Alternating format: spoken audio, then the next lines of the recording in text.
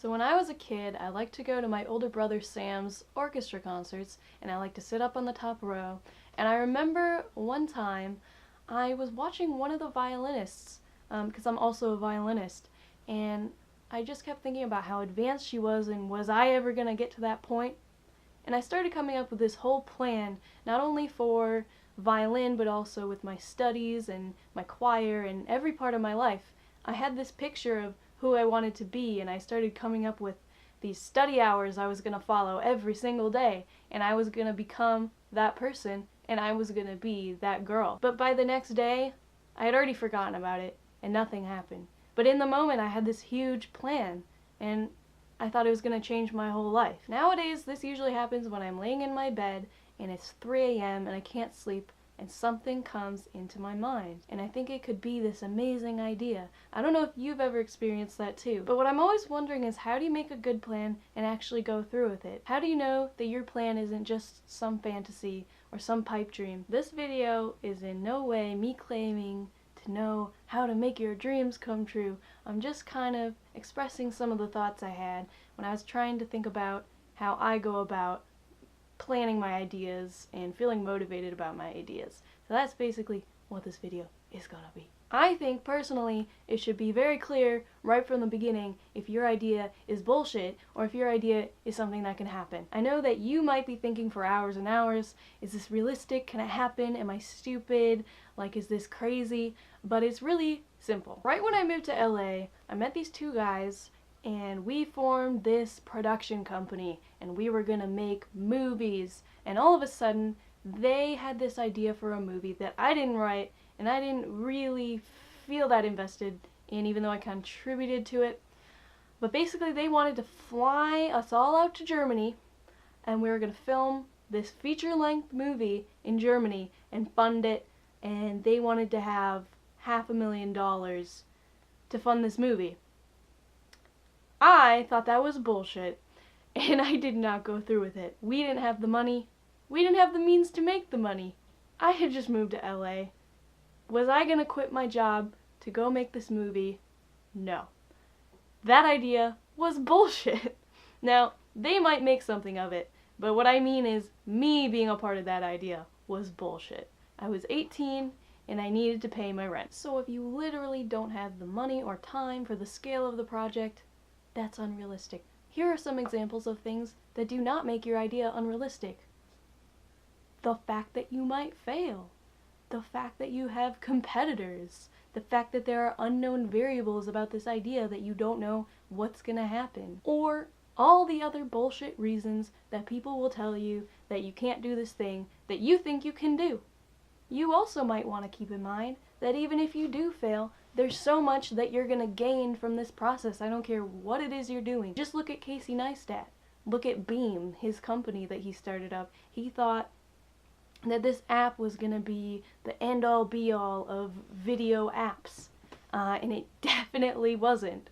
But he made $12 million off of it. And I would call that a success. Another question you might be asking is, why doesn't this exist already? Well, there's really kind of two answers to that, and one is that something similar already exists. Take the printing press, for example. Before the printing press existed, all people had were like a block of wood with some letters on it, and they would make little stamps, and that was the earliest form of printing.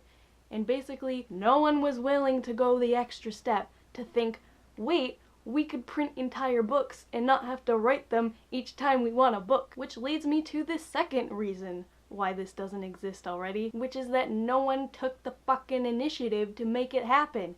You have to do that. You have something similar to what it is that you want to have.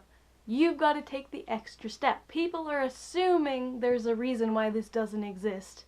There's no reason why that doesn't exist. You have the full right to go and make it exist.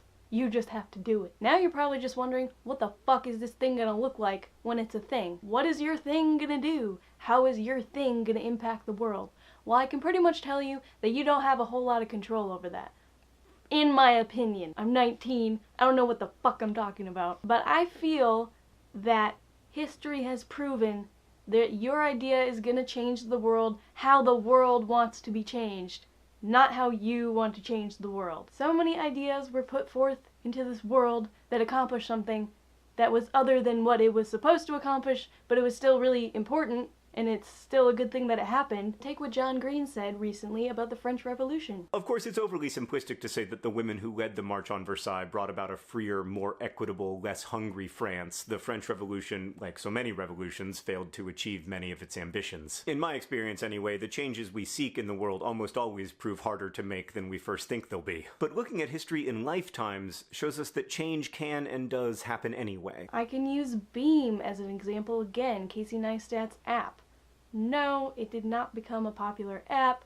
No, it didn't really change the landscape of video apps. But he was able to sell that idea to CNN, a huge company, and make a lot of money. He might not have thought that was going to be the end result. He probably didn't want that to be the end result.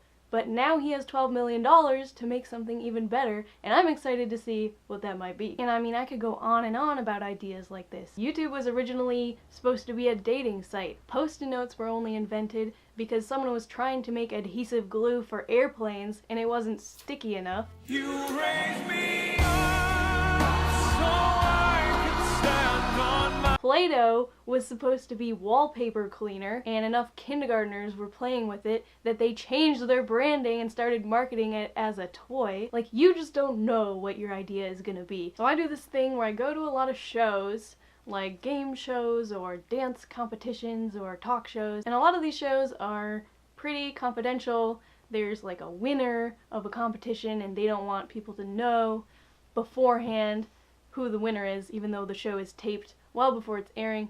So they've got to collect everyone's cell phones before they go in. And they used to just literally take their cell phones and give them back at the end. But I feel like people are kind of more and more attached to them.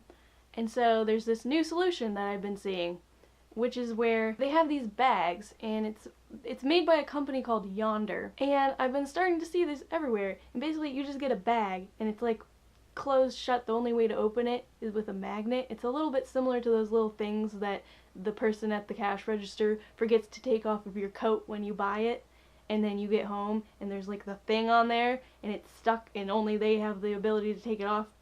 It's like that. I just thought it was a really cool idea because they don't have to take your phone, they don't have to collect it, you have it with you at all times. I looked it up. It's a startup, and it wasn't even intended for like confidentiality in TV shows.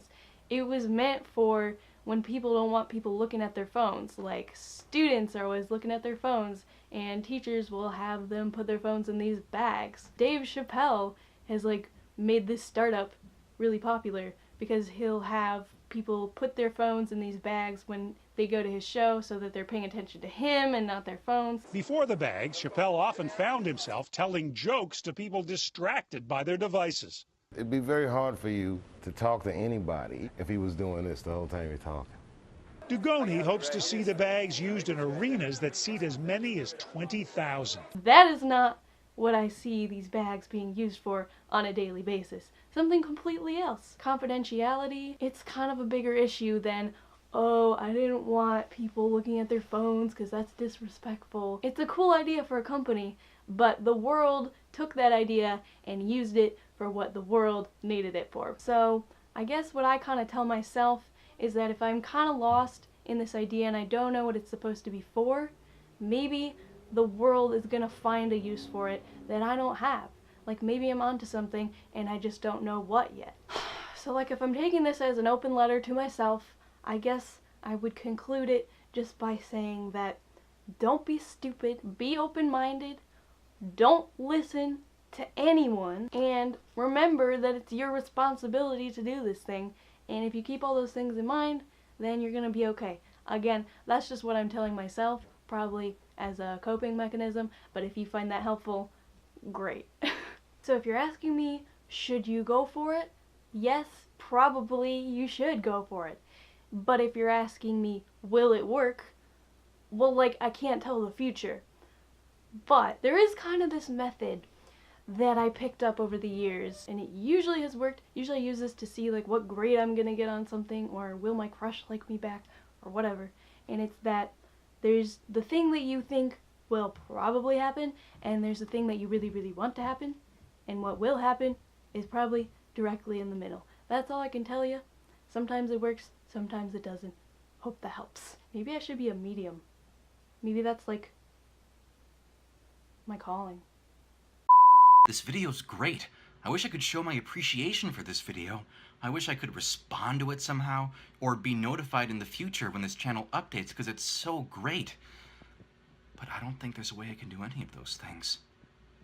Fuck. Remember to like, comment, and subscribe! Oh! You raise me up so